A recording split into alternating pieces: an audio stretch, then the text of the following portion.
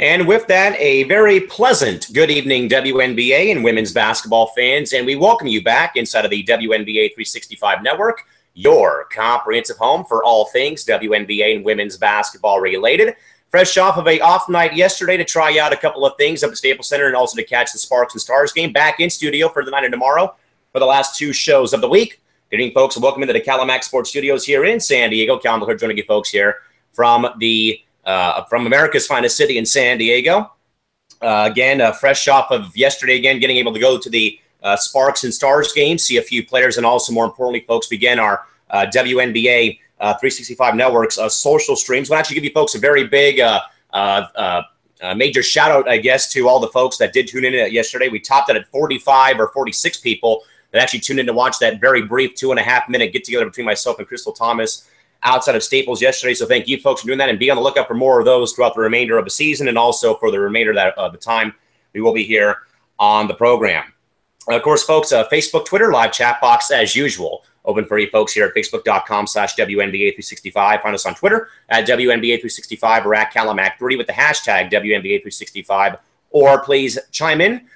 Use the chat box in the right corner of your screen and write in your questions, comments, or concerns. And we'll, of course, get to those when we get a break in the action. And again, folks, more about the social streams as well, and that schedule for that coming up throughout the entire about 30-minute or hour-long block we'll have here of programming this evening. Again, folks, real quick, want to update real quick on why Crystal Thomas has not been able to join us here in the Hangout lately.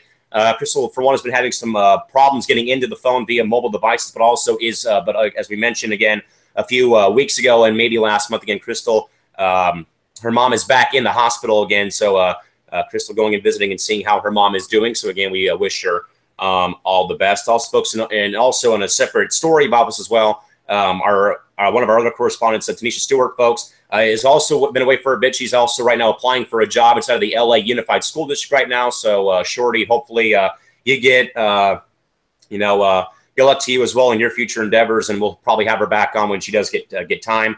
All of us here, folks, have been handcuffed and tied to chairs lately with job offers stuff going on. So, again, that's why you've seen more of a one-man show lately in the past couple for the most part, the past month or so. Again, we've all been had a lot of things going on. Again, folks, real quick, again, want to again express my deepest appreciation to again 46 people again who all tuned in to watch the very brief 2.5-minute get together between myself and Crystal Thomas, the first of the many hopefully to come 365 social streams. Again, we had some problems there trying to work out how to get it from back camera to selfie mode, but we were able to work that out last night. And again, thank you again, folks, very much for tuning in. And again, we'll look out for more, many more of those to come throughout the remainder of the season and also over the off season. And while we are also on that upcoming hiatus period coming up beginning on September 1st. All right, folks, 3 games on the Wednesday schedule for the WNBA starting up tonight with the Wings and Sun. The Sun beat the Wings today 93-87. To solidify and clinch a 20-win season, their 4th in Orlando/Connecticut franchise history. Alyssa Thomas, 23 points, lead the way for the Sun. Jonquil Jones chips in 20. For Dallas, Skylar Diggins-Smith, 19, and rookie sensation Alicia Gray with 18 in the losing cause for the Dallas Wings. You know, folks, I just went back and watched one of the shows we did over All-Star Break, or the All-Star Break last month, and I don't know if I recall best, but again, I don't know, though, if I've seen in such a very short or limited amount of time given that any sport, any level, that I've seen one team who had struggled for let's say, a couple years or a few years, just absolutely have a 180-degree turn in their season or turn in general and have gotten themselves back on track and out of the mud pretty much in a couple snaps of fingers, or for that matter, like clockwork, basically. And what the Sun have done, I know that Owen Perkins and myself talked about this back in July as well. We talked about them being like a model franchise for, business side of the story, engaging with fans on social media or what have you. But then on the court, though, folks, this turnaround, I don't think can be any more, exciting, intriguing, or stunning, I think, for that matter, even for probably questions that a lot of us had as fans in the bleachers, sitting in their bedroom and doing a podcast like we have been in here.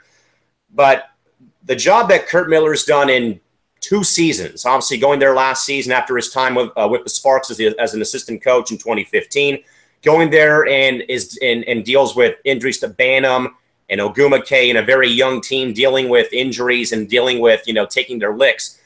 And again, in one of the very rare instances, folks, where you see a trade work for both parties involved in both, in both weights of the balance beam, where a trade has done wonders for both parties involved. Again, that draft day trade over the offseason last year, Chelsea Gray goes to Los Angeles, Jonquil Jones goes to Connecticut. Of course, Gray helps the Sparks win the championship for the first time in 14-plus years. And then Jonquil Jones, folks, this year at least puts herself on the map. And, I mean, as a fan of basketball, I guess, not just really, a fan of the WNBA, but I think even if you're a casual viewer, first-timer or trying to get into the sport, I don't know if there's a better team outside, not named Minnesota, Los Angeles, Phoenix, New York, that I think fans could probably watch and get intrigued to or get captivated by the product than the Connecticut Sun. Again, their fourth 20-win season, their first 20-win season, by the way, since 2012 when they got knocked down in round number 2 of the postseason by the Fever. But this turnaround, though, I mean, I just don't know or who really gets all the credit. I don't know if it's Amber Cox in the front office or if it is Curt Miller, or they all get, they get half and half of the game ball perhaps between Amber Cox in the front office and the ownership group involved with the Sun, and of course on the court with Curt Miller and his staff. And again, just so fun to watch. And the way that they have played this season, possible Cinderella run maybe, or a storybook season so far, yeah. But I don't think that they're going to. But I think, folks, by no means necessary or in any way, there's no chance that the Sun will be a one-hit wonder. They're going to be here probably to stay for quite some time going forward. All right, let's go to the chat box and visit with our good buddy Todd Mintz. He says, "What's up, man? Good to see you. Wish Shorty and KT the best. Hope to see him back here soon." Said, "First time a Sun have won 20 games since going 25-9 in 2012. Case in point made here by both of us. Jonquil Jones moving up in my mind for league MVP, but also Alyssa Thomas and Courtney or Jasmine Thomas have having great years as well." Todd, I mean, I agree. I mean, like I just said, I think for people that are, somewhat on the fence or kind of, leaning over to becoming a WNBA fan, Todd, I mean, obviously, outside of teams named Minnesota, Los Angeles, Phoenix, maybe New York, maybe someone else. But again, I mean, for casual viewers, TM, either the folks that watched on Twitter today or what have you, I mean, this is, I think, a very good team for someone starting out watching the product to get involved with, because, again, they're very young, they're agile, and also this season that they have really built, obviously their 15th anniversary season, they have done something very, very special, and I think that Todd hit it on the head as well, folks, again, between Jonquil Jones and possibly moving up in the MVP running, Alyssa Thomas has played great as well this season. Jasmine Thomas, too, has also played great. I think that pretty much top of the most part, I think all year, that whole team has contributed in many, many ways, and in many ways this evening as well. Todd also says, "But name me a time a team has had all 5 starters and double-figure scoring but lose. It happened tonight with Dallas." I mean, it's one of those nights of the opposite. We now, as Todd puts me in place and tells me to get back on track, but with the wings real quick, and Skylar Diggins 19 points, and Alicia Gray 18 points, and Todd, again, and going back and watching some, much like my days playing sports, I'd go and watch film or what have you about certain games. But going back and rewatching some of the stuff that I said during the All-Star break somewhat, and also looking back at the show we did on Monday, again, in regards to, possibly is Glory Johnson's suspension a bit of a minor problem in this game? Possibly. I mean, that's obviously one. I mean, that is a talking point, of course, because, that happened – kind of a very strange sequence of events that happened when between her and Mattia Ajvan. She gets suspended. Ajvan gets off, a squeaky clean for that matter. But, I mean, does Glory Johnson's absence affect them? Possibly. I mean, I even recall back talking about, as we've looked back with either Taurasi sitting out in 2012 and 2015, Candace Parker sitting out, injuries to Skylar Diggins with Tulsa in 2015, and, of course, Griner lately. It's not that big of a talking point, I don't think. But still, though, I don't know if it can be that much overlooked, though, when a team does lose a player, that it is a pretty big talking point. And I know in team sports you say, well, hey, next person up in line behind Glory Johnson or behind Brittany Griner.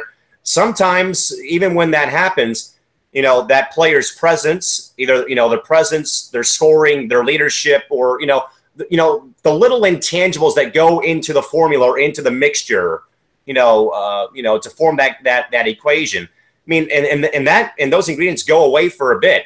That can knock a team off their rocker for a little bit. So does the loss of Glojo hurt tonight? It hurts tonight, obviously, but will it hurt, a couple of games down the road? Probably not, because she'll be back in the lineup. But obviously, Todd, to answer your question, no, I don't recall seeing a team have all 5 in double figures and lose. Possibly in a game that probably goes, 2, 3, 4 deep into overtime, perhaps, Todd. But in regulation time, I've not seen that at any time, any level, or what have you. But again, the Sun win 93-87, their first 20-win season since 2012, and their 4th in Orlando/Connecticut franchise history. Real quick, Todd, to clarify real quick, he says Dallas is on the bubble. In his mind, all of us had this team in the playoffs. They finished in Washington, Chicago, and hosted Liberty. It is conceivable Chicago can still make it in by winning 3 of their last 5 games. And, of course, down to the stretch, best time of the year when the playoff heat turns up a notch.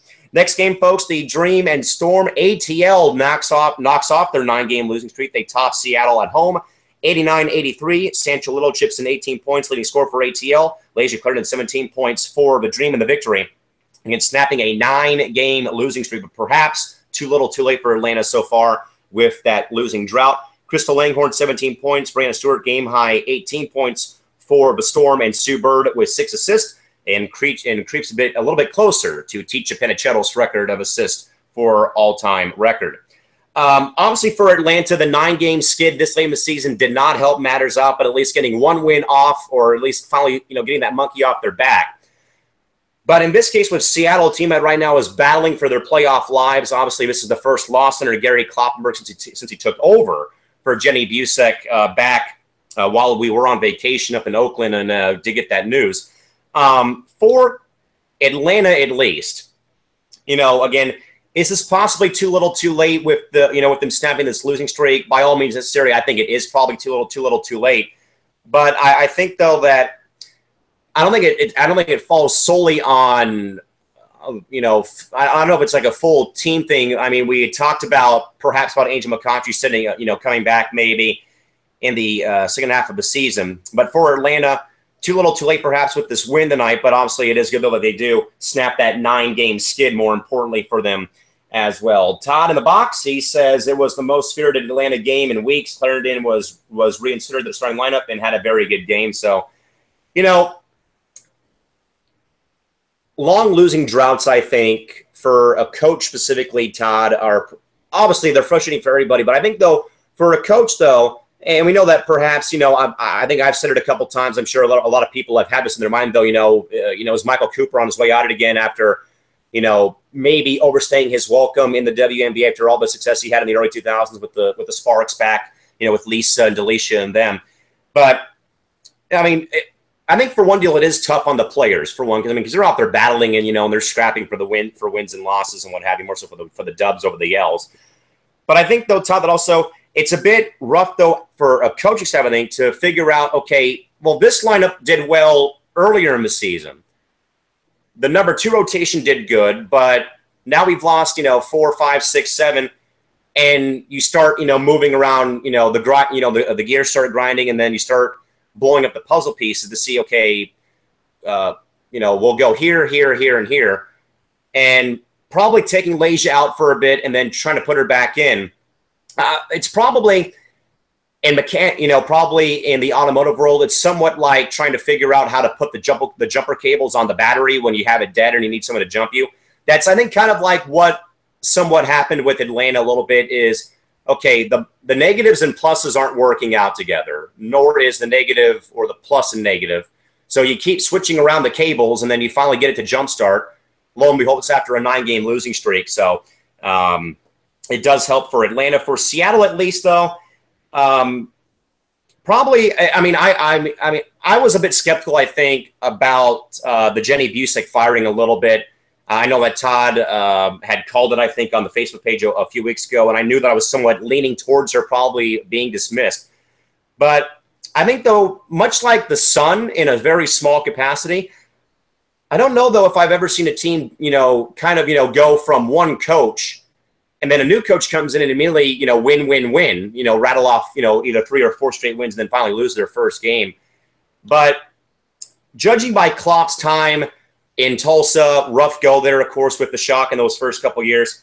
And then along with his time as an assistant with the Sparks and Fever, kind of gave him a new perspective, maybe a new lease on life maybe for coaching in the W. And then, of course, going to Seattle under Jenny's system. And then he comes in, and again, 4 wins in their first 5 games under his watch. I mean, that's a pretty good improvement. And for Seattle, but, the loss does hurt. But as long as they're still in that top 3, the bottom 3 mix, they'll be fine and good to go. All right, Mint's back in the box. Todd says, it seems to me watching these games in August, many of these players are hitting a wall mentally and physically. This is based on so many players playing all year round, watching ATL specifically. And again, I think this, Todd, kind of goes back to what we brought up too. You mainly were the most vocal about, that lengthy or full week-long all-star break for everybody. And I think judging on also about how compacted and tight and really jammed in to the schedule, the league schedule is between, roughly May, June for that matter, till September or October for that matter, depending on when there's a FIBA tournament, is definitely more rest time is going to be needed more than just, I think more than just a full league-wide off day on Monday and a couple of league-wide off days after the break. I think that more so we have to probably go towards that week-long break perhaps, something I think, but definitely something needing to be done. All right, we got Crystal Thomas in the chat box at least. Crystal saying hello, good to see you guys. She says, if you're talking about Seattle, I think the coaching change helped out a lot under Klopp. They're running a new system, which is letting a few players be able to play their best type of basketball. And somewhat, Crystal, to kind of bank on that, and I think it's somewhat NBA maybe, and perhaps Madawi a little bit. You think about other coaches that were, relieved of their duties. I mean, I can think of Bernie Bickerstaff coming in after the Lakers let go of Mike Brown a couple years ago, and they really played a free-flowing open form of basketball. Penny Toller, of course, coming into somewhat just, as a, somewhat like a late inning or a long relief pitcher in baseball or short relief maybe for Carol Ross in 2015. Again, it's somewhat saying, throw the systems out the book, throw the systems out the window. Go out there and just play the game like you know how to play it. And that, I think, is also, much like I talk about change of scenery for players, sometimes a new voice, a new face, for that matter, always helps out too. And again, 4 wins in 5 games for Klopp in Seattle. Very good stuff there. Todd says, well, admit, was wrong about Klopp, but then again, I have read articles that he has changed somewhat. In Tulsa, he was known as a wet noodle. People now rave about his positive attitude. All can change. And again, and also somewhat, not only I think, though, Todd and Crystal, too, is, and I think Crystal and I can attribute to this, though, too, from our playing days, is not only does player attitude, effort, and commitment also have a deal, but also if your head coach is also, lacking in attitude or lacking in effort for that matter, that also can be a little bit of a trailer to kind of pull, to the finish line. So I think that, again, or I think at least that, not every time, but most times, coaching changes also do wonders for teams in general. But again, the dream win, more importantly, stemming that 9-game skid. They win 89-83 over the Seattle Storm, again, snapping a 9-game losing streak. Final game for the night, folks, the Liberty and Fever. The Liberty get back on track. They drub the Fever and win their 6th straight game at 71-50 from Bankers Life tonight in Indianapolis. Sugar Rogers chips in 16 points. Tina Charles, 13 points. Candace Dupree, 12 to lead Indiana. Jeanette Poland and Erica Wheeler chipped in 10 apiece. And the woes of the Fever, yikes, continue for them. Real quick, one more comment from Crystal Thomas. She says, as a player, from her perspective, you want a coach who you can trust and also wants the best for you as well. Definitely can agree. 2 thumbs up and a couple of threes for that one. Back to the Liberty and Fever, folks, for Indiana. I know, folks, we talked about it yesterday or on Monday very briefly during our last get-together here. For, again, apples to oranges, folks, but again, if you look at it from a sports sports perspective, again, the Fever, much like the Atlanta Braves of the WNBA, again, 12 or 14 plus years in the playoffs, one championship won, and for the first time in, I think, first time ever since they became a franchise, I don't fully know that for a fact. First time in franchise history, perhaps. Fever do not make the postseason. They're now 9-22, I believe, on the season. By far a franchise low. And again, and I mean, I don't want to make excuses for the Fever, but obviously, writing that, that pressure, I guess, of that long playoff appearance streak again. You look back at the Braves in the 90s again, who had that streak, 16 straight years of going to the playoffs, winning the World Series once, and for the Fever, that pressure, I think, just kind of gets more and more condensed, and you kind of tie the shoes up a little bit tighter with every game passing on, and of course, new coach, new philosophy, new system, no catchings this year. So obviously, a lot of factors against this Indiana ball club, injuries as well, as I said, folks, on Monday. 3 players now out for the season: Shanice Johnson, Tiffany Mitchell, and also. I'm having a brain fart here, but I can just pull up the notes from last show, I think. Johnson, Mitchell, and then Brianne January was the other one who also was out, who also is now out for the remainder of the season with injuries. And again, again, a lot of factors that, of course, are beyond or out of the control of the team so far. But again, for the Fever, definitely a year to somewhat, take a backseat maybe and see what's going to work next season. And obviously, Pokey Chapman. Tough for shit for her, but hey, she's got time with Indy going forward. For the New York Liberty, 6 straight wins, and somewhat, as we had somewhat talked about, I think back in weeks ago, back in July, when they somewhat got to the All-Star break, they were really stumbling and stubbing their toe. A couple of losses here and there, but now 6 straight wins, getting back on track for them. Sugar Rogers tips in 16 points, and again TC with 13. For the Libs, again, they win 71-50, a final score this evening from Bangers Life Fieldhouse in Indianapolis. A couple of quick comments. First from Todd. In regards to Crystal and myself's playing days, he said, you two have the experience in that I don't. I trust your word. Players don't want nagging and in-your-face attitudes. Nowadays, it's about teaching now. At this point. And Todd, I mean, that's right. I mean, I played through, I had 3 different coaches in my high school career, and they all had their own systems, their own philosophies, and their own set plays, of course, during baseball season. And with every passing coach, I mean, it was something new, but they all were upbeat and all were positive. And yes, did we not see eye to eye sometimes on certain things? Yes, but it wasn't, to the point where it brought the whole team or brought players down with them. I mean, we saw that problem perhaps a little bit in 2015 and 2014 and 15 with Los Angeles, of course. Fights with the coaching staff. I mean, getting on the media, so a lot of stuff there. That does go on sometimes down the stretch. Crystal says about the Liberty, they've been on a tear. Don't know if they can keep momentum up in the playoffs. They have been playing good down the stretch. Again, Crystal, and that's what I kind of elaborated on during this block, and also back, I think, before we had gone to Seattle was the fact that, if you're going to probably peak, it's peaking at the right time. And Crystal, we heard from Essence Carson last night at the lounge after the game at Staples. She feels like that LA at least is peaking at the right time going into the postseason mix. And even for New York's case, in 6 straight wins going down the stretch with roughly 4 games left, getting hot at the right time. Todd says reason being because Bill has gone back to the basics, defense, and more defense. Plus, Bria Hartley has raised her game the most in the starting lineup. Lately, Crystal also says, think New York is missing something, though. They've seen to come up short in a lot of big games / series. And really, Crystal, I don't know, though, what that missing ingredient is for New York. I mean, I know it's all about, it's all about Tina Charles. It's got to be about Tina Charles. Yeah, but when is it going to be not Tina Charles for a change in a playoff game or in a big situation, either later or, last game of the regular season to maybe get home court somewhere or to win a game in the playoffs somewhere. So definitely missing something there, but it's a matter of what is that puzzle piece that needs to go in there and help things out. All right. And also welcome in our good buddy, Michael Driver. Mike, good to see you, buddy. Thanks for tuning in. He says Sugar Rogers has been playing very well when that is the case. New York is tough to beat.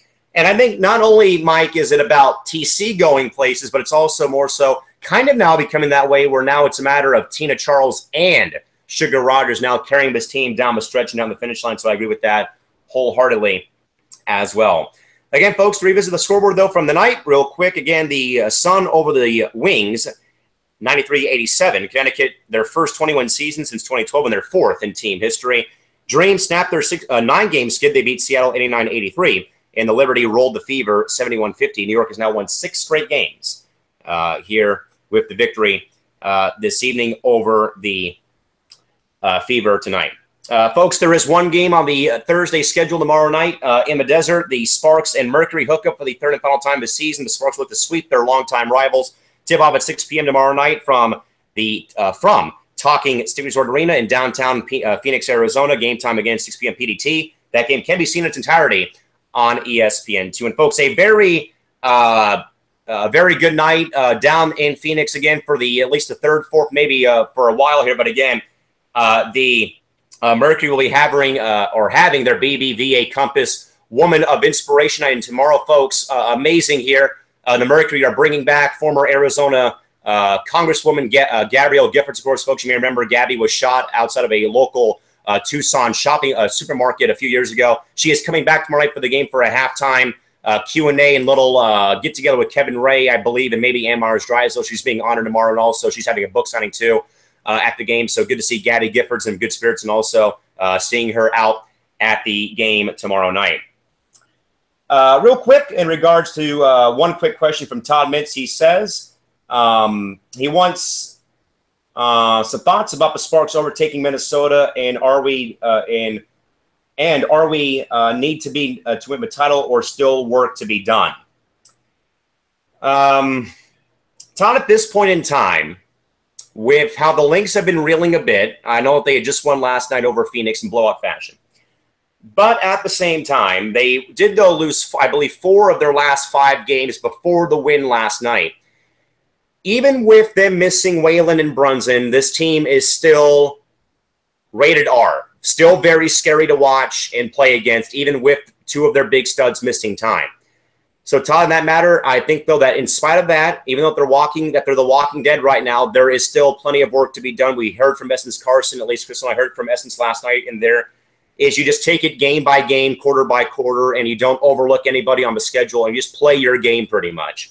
Crystal's thoughts? She says, I think LA needs to come out stronger in the second half of games. Yes, LA won last night, but there were a few lapses. Do think LA can beat this many, which is very good, also has many flaws. The loss of Whalen was huge for them. This is proof that they should be preparing for their future with Whalen out, without Whalen soon. But again, they are still a very good team. And again, even at their lowest point, even right now, somewhat low point. I mean, not lowest point, but still sort of a decline in the graph a little bit. Again, no Brunson, no Whalen, but still have a very scary offense led by Moore and by Augustus and by Fowles, and also with some of that stuff is more so. I think that the pressure still is on Los Angeles, Todd, in all fairness, even though that LA already rolled them or beat them in St. Paul. And again, this game is going to be in LA on Sunday.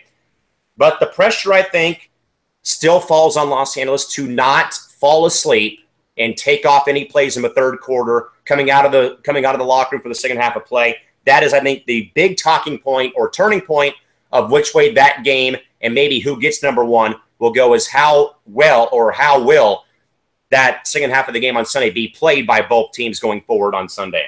Michael Driver chimes in to say LA and the Lynx are the teams to beat, but Connecticut is pretty scary. Again, Mike, I touched base on this back earlier in the first block of the show again, is I don't think I've seen any sport, any level, of how after a couple years of mediocre play that a team can just suddenly go like this and get right back where they used to be at one point again. This is Connecticut's 4th 20-win season in franchise history, and their first since 2012. And that year they got to the conference final, only to lose, though, to Indiana, who, of course, won the title that season. But right now, I agree, though, Mike, with you. LA and Minnesota still the cream of the crop. But, hey, there may be a couple of wild cards in there at this point in time with the Sun and maybe even someone else being stepping up their game perhaps somewhere down the road. Again, folks, revisit the scoreboard real quick. Again, the Sun over the Wings, 93-87. Dream snapped their 9-game skid over Seattle, 89-83. and the Liberty wipe the floor clean. They pummel Indiana 71-50, a final score. Crystal writes in to say, replying back to Mike about the Sun, he says Connecticut now is what Dallas was hoping to become. And also real quick from Todd, he says, feeling is if Los Angeles does get home court, it will be more pivotal than even last year when Minnesota got it. LA wins with home court, perhaps. And then also, Todd, more importantly, though, I think not only the win in Game 2 of the regular season series, but also, Todd, why not? Or if you look back or think about it, so Todd, let's look at this real quick. So even if LA didn't get home court, I would just say hypothetically it stays the same. It stays Minnesota 1, LA 2. Okay, so you've already beaten Minnesota once at XL. You stole Game 1 at the buzzer. And above all, Todd, as well, hey, you won Game 5 for all the marbles and for your first time in 14 years in their building, in their house, on their home floor. So I think even if even in all honesty, even if the results held up and it was still 1-2, Minnesota 1, LA 2, that LA has gone in there, regular season last year, playoffs last year, and now even for one game this year, they've gone in there and beaten Minnesota in probably one of the toughest, if not the toughest building to play in the entire WNBA. So I think even if the results were to hold up, even if it was 1-2 for Minnesota and LA being as what it was last year, LA proved there in 2 very big games in the postseason, in Game number 1 and also in Game 5, more importantly. They stole home court away from Minnesota. So even then, home court I think at this point, I think home court for LA would be an added bonus because if they do, in fact, are on collision course to play Minnesota, Todd, hey, they have that confidence, I think, from winning Game 2 of the series in the regular season, but also carrying it over from last year's playoffs too. Sitting pretty, I think. Pretty good recipe right there. Crystal says agree. LA is proving that they can beat Minnie in their own house. So, again, very good points made by Todd, Crystal, and Mike on that last block. Folks, again, real quick, once more. Actually, real quick, one more comment real quick from Tom. It's about the Stars, at least. Again, we'll talk about the game right now from last night. But, again, Todd says the Stars within 2 years will move up. Maybe not like the Sun. Seem to be one of the few who likes Vicky Johnson.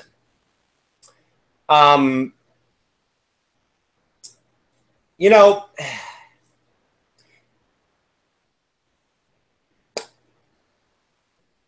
San Antonio last night, again,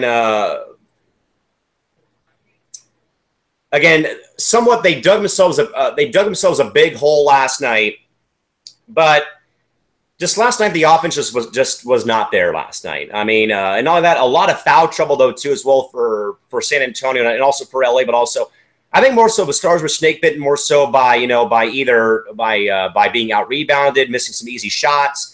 Or even as well for foul trouble. I think, foul trouble is also a very big talking point. But again, you have to, give these young kids, and this very young roster for that matter, more time for growth. And again, that can only come, with playing games and that. And again, I mean, in spite of that start though, again, 0-14, 0-15, 1-15, again, and now they're 7-24. Yeah. But again, I think though, like I said in touch base on Monday, is that there has been some very, very very slow, but I think I would take very slow progress or improvement than no progress or improvement whatsoever. So right now that but that's also I think one talking point though too as well. Todd also says, and not employing for you guys, but more so from fans on other social media platforms about home court being a big bonus for either of those two teams. Well, I mean, absolutely. I think, obviously, fans are allowed to voice their opinion, so I agree with them all the way. I mean, it's a good little, obviously, it's going to prove pivotal one way or another. But again, I think if you were to judge last year, again, the Lynx win the first matchup of the year at the buzzer. The Sparks, again, beat them twice in Minneapolis, beat them. And then, again, the away team, I think, won every game played in the regular season away from home, and somewhat vice versa in the playoffs where LA took Game 1 and took Game 3 at home, and then Minnesota won Game 2 and 4 at home, and then lost Game 5 at home as well. Real quick, from Crystal, she says, I have a feeling some moves will probably be made to the roster, but San Antonio has played hard in every game. Got to give it to them. Most young teams would give up. Absolutely, And somewhat, I think that, I don't want to say that. I don't want to say that was Los Angeles Crystal back in 2015 without Candace Parker, or maybe even the Sun last season, or even in 2015 with Connecticut. But definitely, young teams, especially, and I think Todd brought us up to a while back on on a show a few months ago was, when you have players coming out of Connecticut and out of Notre Dame who are used to winning, and they're not used to, they're not used to, failure after so much time of success. That again, it takes them a while, to kind of get reacclimated, I guess, probably a stupid thing to say, but again, getting reacclimated again to, both winning, both sides of the story, winning games and losing games, and only with time, as we said, only with time can San Antonio get better in the next couple of years or so. Folks, again, want to revisit again, and again, or want to actually share with you folks, again, some of the info from last night again. But again, myself and a colleague of mine went to the Sparks game up in Seattle and again got to see Crystal Thomas last night. But more importantly, folks, again, want to, again, express my gratitude and appreciation again. I think Crystal would too if she was in here. But again, folks, thank you again for the 46 views on last night's inaugural 365 social stream outside of Staples Center last night. Again, we were there for roughly 2.5 minutes, but again, tried our best to kind of give you somewhat of our thoughts. Again, we were in a private lounge at Staples Center, interacting with Essence Carson last night after the game. That's why we came to you folks a little bit late after the game did start this evening, or after the game did end last night. And we will, though, say again once more, folks, but again, we will again be having more and more of the Twitter live streams. So again, please follow us on Twitter. Again, I know that we were playing around for I think just the first minute or so to kind of get the camera working, where it was on selfie mode last night. But we did, though, get it working. And again, thank you folks again very, very much for helping us out, and again being a part of our broadcast last night. Again, 46 views last night, and we will, though, I will, though, share some of the photos I did take last night from Staples yesterday evening. Real quick for you folks. Excuse me. But going there real quick, just going to share a couple of them. Again, so Crystal and myself, again, were able to hang out with Essence Carson last night in the private lounge at Staples last night. Got a chance to be a part of a little bit of a live Q&A, Instagram stories, and all that fun stuff last night with Essence. Again, a lot of people asking about her musical career, and also wanted to get her thoughts about games from about the game on Thursday and also on Sunday. And then after the game, folks, hanging out with a couple of the star players last night, Kayla McBride and Mariah Jefferson, and all the best to Mo Jeff, again, who's been battling a knee problem lately, so hopefully she'll be back for San Antonio probably next year, if not this season. Then, folks, there were a couple players I had to meet because I told them on Twitter I was going to be going to the games, so finally got a chance to see Sierra Burdick. Now, folks, a pretty cool story here about this was when Sierra was drafted by the Sparks in 2015, we had her and I had a running joke because her and I are we normally wear aviator style sunglasses, so we always had a running joke about our aviator shade. So I was a bit sad when she left. So I wanted to meet her for a long time, and of course her playing at Tennessee as well. But she was really cool, really nice, and even recognized me too from both Facebook and from Twitter for that matter as well. And of course, folks, Kelsey Plum from not too far away from me. She's from my hometown here in San Diego, played her high school ball at La Jolla Country Day High School. I went and saw her along with Candace Wiggins playing high school for that matter. So nice to see Kels. And also, by the way, folks, major ups to the La Jolla Country Day brought roughly 2 or 3 rows of students from the middle school to the game last night too, which was really good to see as well with that. And of course, Kels had some of her friends and family from San Diego, myself not, but someone included in that matter. And of course, also seeing a good friend of mine, Shay Murphy, as well last night. And also, folks, all photo credit to our outstanding correspondent, Crystal Thomas, who wrote in the chat box saying, "Give me my photo credits, LOL." So, Crystal, there you go, and thanks again for sneaking me into the lounge last night and everything else included. But again, folks, Crystal and myself again with the live stream last night. Again, roughly 2.5 minutes worth of thoughts. But again, we are working on improving those as much as we also are working on improving the start times for you folks. Again, I know that we it's been a one-man show lately. Again, as mentioned, again, we have had some problems, either with Crystal having some technical problems or, of course, with her personal stuff. Again, Marquez starting school again at LSU, and Shorty away getting her teaching credentials for the LA Unified School District. And, of course, you know about me, folks. September 1, I'm dead, buried, and gone for the next few months out of the year. But, again, folks, thanks for hanging around here and hanging out with us here during this time. Crystal said, yay, LOL, no problem. But, again, to revisit the scores, folks, once more from the night. Again, the Sun over the Wings, 93-87.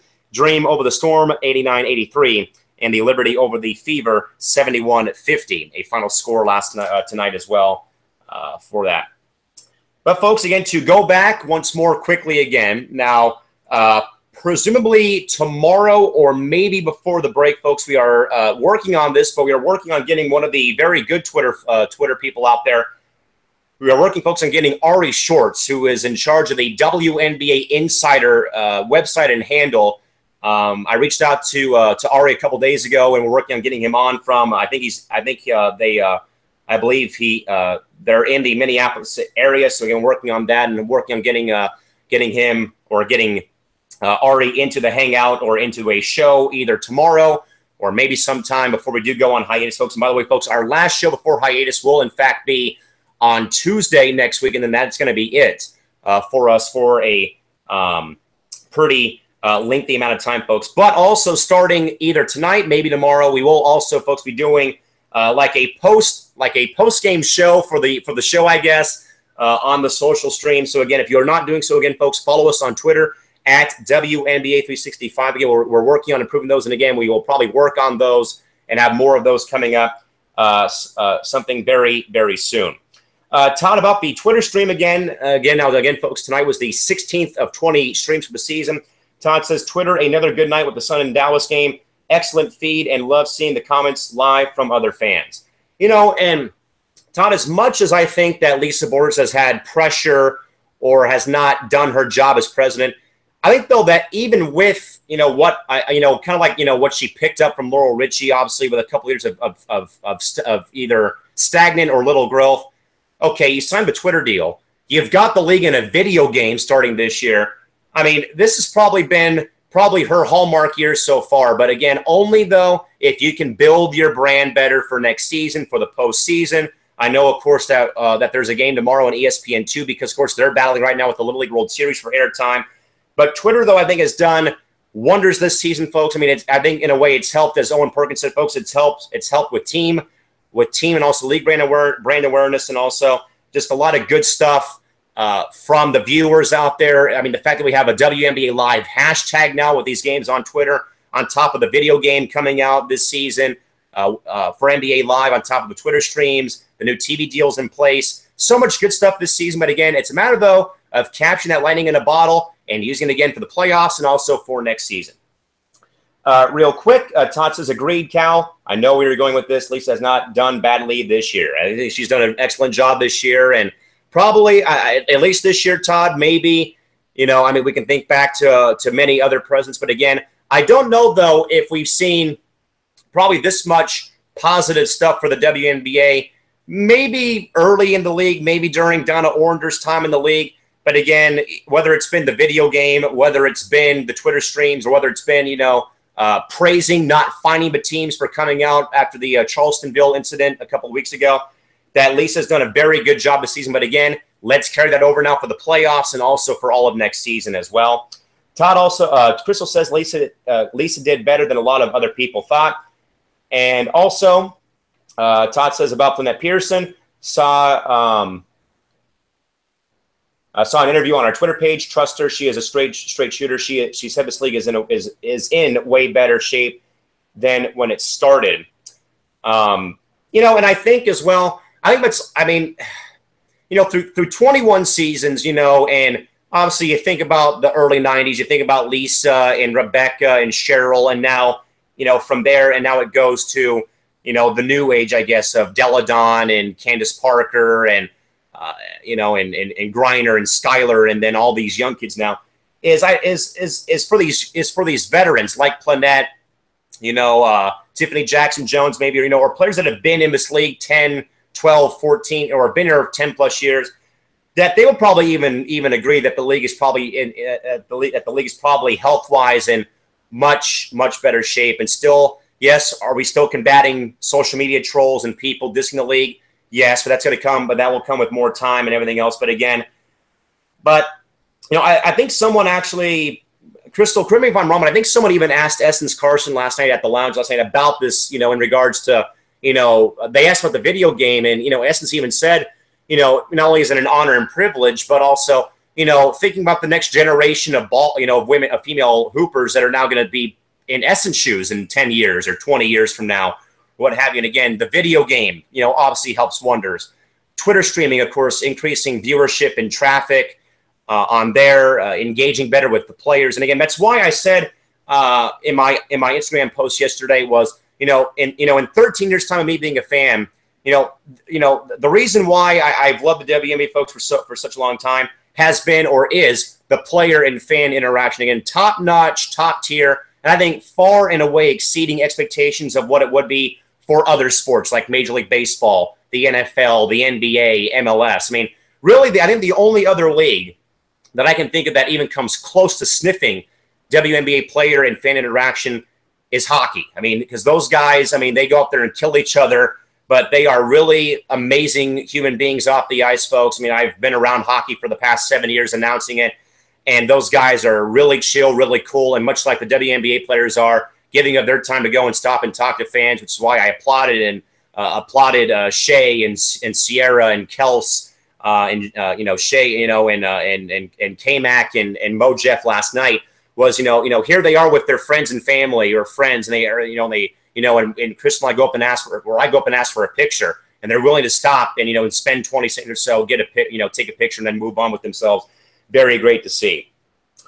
Todd, real quick about this, he says, only thing I wish is the marketing can be a little bit too late in the season, but this goes back before Lisa. Trading cards just came out this week. Would love to see that come out sooner in the season. Totally agree. Honestly, I know that you're trying to push for the playoffs, but also not only that as well is this is when you're going to be battling with the NFL preseason and also battling with the NBA preseason coming up in roughly a couple of months too.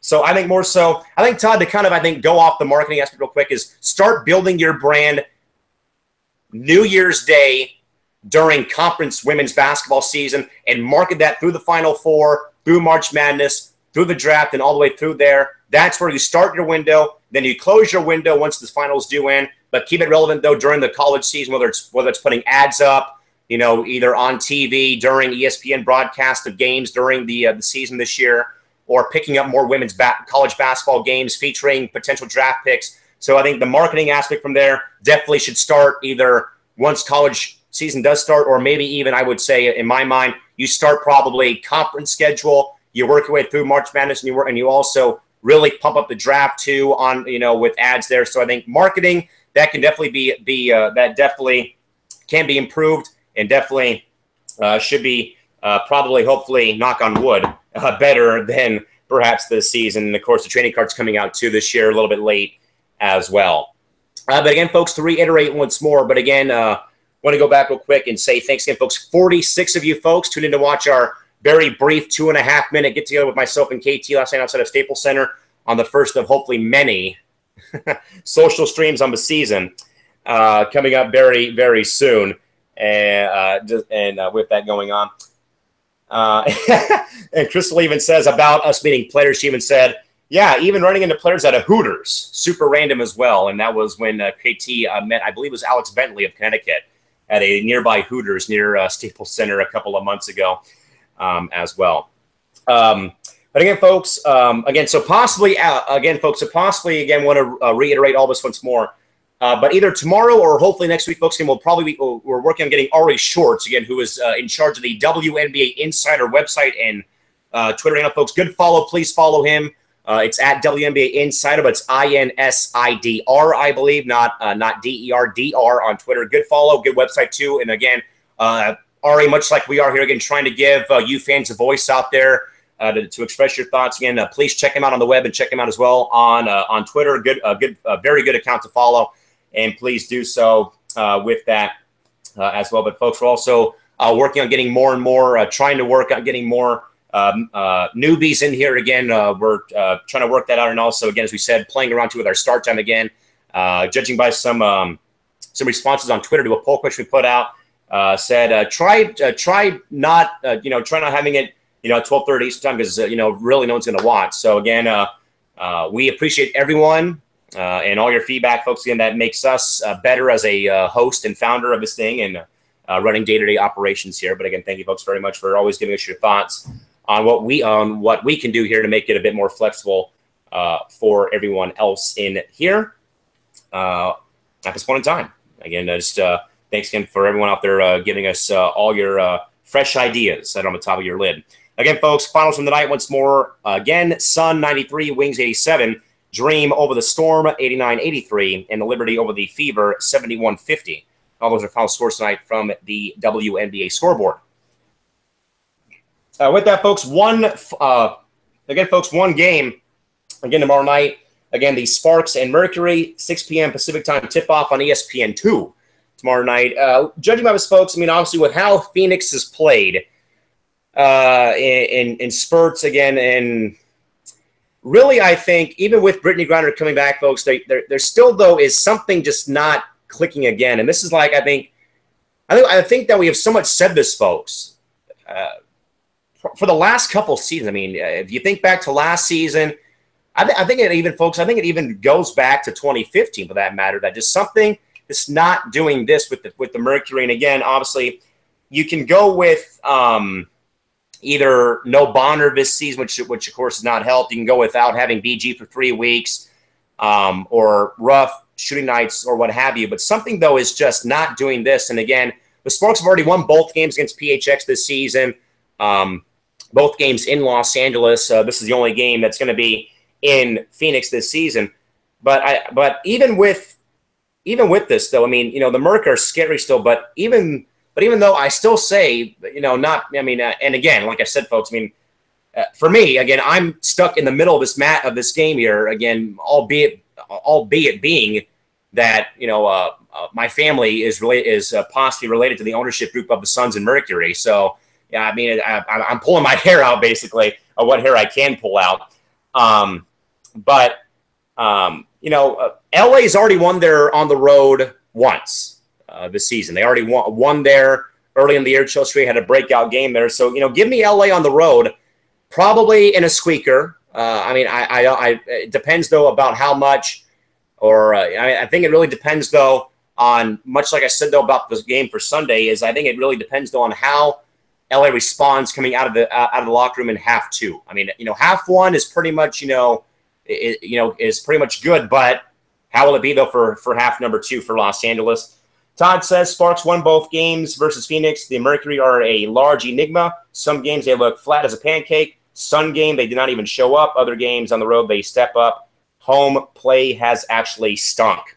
And Todd, for a little bit there, I mean, you think back, as I said, about that to at least the 2014, Todd, the Mercury lost one game that whole title run, that whole title season, and it was to the stars of all teams they lost to at TSRA that season. And, and like I said, though, I mean, from that year, Todd, I think that year, and then you look at Taurasi sitting on 2015, that year by year by year, they have somewhat done this at home and also in the entire season so far. Real quick about the Merc, Michael Driver says with the Mercury, it is Griner. It could be the long season overseas and home, but there is no fire there as well. Mike, obviously, I've experienced that, trying to go and, play, high school or play over the summer, take 2 weeks off and go play in Japan or Italy or Mexico like I did for 3 years. And, man, I mean, that about kills you. I mean, honestly, and the fatigue factor gets ratcheted up. And I think, though, as well that with that, I think, though, Mike, as well, that with BG coming off that injury, though, too, that still, I think, is also a minor thing is, trying to ease her way back from that bone bruise and ankle sprain has also been a pretty big talking point. And again, they got their doors blown off by the Lynx last night in St. Paul. But we'll see what does happen. Todd says, Mike makes an excellent point. Griner came out the first 5 or 6 games of the season and looked like she wanted to take the team and dominate and raise her game a different level. And I think even before the injury, Todd, she was doing that. I think that as you look at how she had those, consecutive 30-point games and was really, a driving factor, both more so, her offensive game, I think, has really improved. Defense has been there. We know that her defense has been there.